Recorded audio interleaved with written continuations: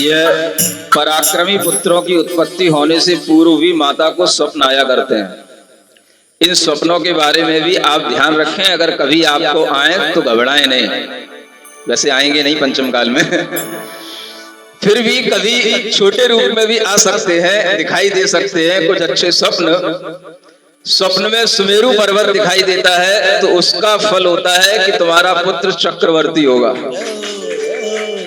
स्वप्न में कभी सूर्य दिखाई दे तो समझना कि तुम्हारा पुत्र तेजस्वी होगा।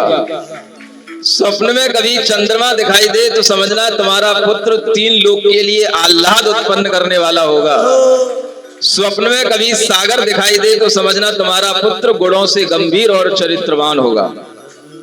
ये अनेक तरह के स्वप्नों के फल देखने को मिलते हैं और जब इस तरह के चक्रवर्ती और कामदेव सदृश पुत्रों की उत्पत्ति होनी होती है तो माता को इस तरह के स्वप्न आते हैं।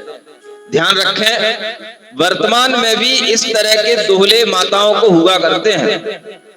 आचार्य गुरुदेव के बारे में सुना जाता है कि जब वह गर्भ में थे तो उस समय पर भी उनकी मां ने रिद्धिधारी मुनियों के दर्शन किए थे आकाश में विचरते हुए।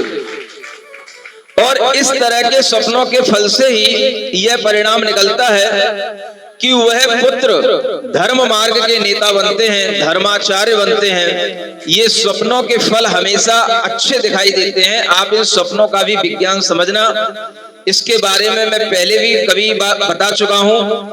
अलग अलग तिथियों के स्वप्नों का फल अलग अलग होता है। कुछ स्वप्नों के फल विपरीत भी होते हैं, अपने लिए देखे जाते हैं, दूसरों के लिए मिलते हैं। इस तरह के विपरीत स्वप्न वाले भी फल होते हैं और ये सब तिथियों पर और पक्ष पर निर्भर करते हैं। आपने वह स्वप्न कृष्ण पक्ष की किस तिथि में देखा, शुक्ल पक्ष की किस तिथि में देखा, और उस तिथि के अनुसार देखे गए स्वप्नों के फल भी कभी ना कभी फलित होते हैं।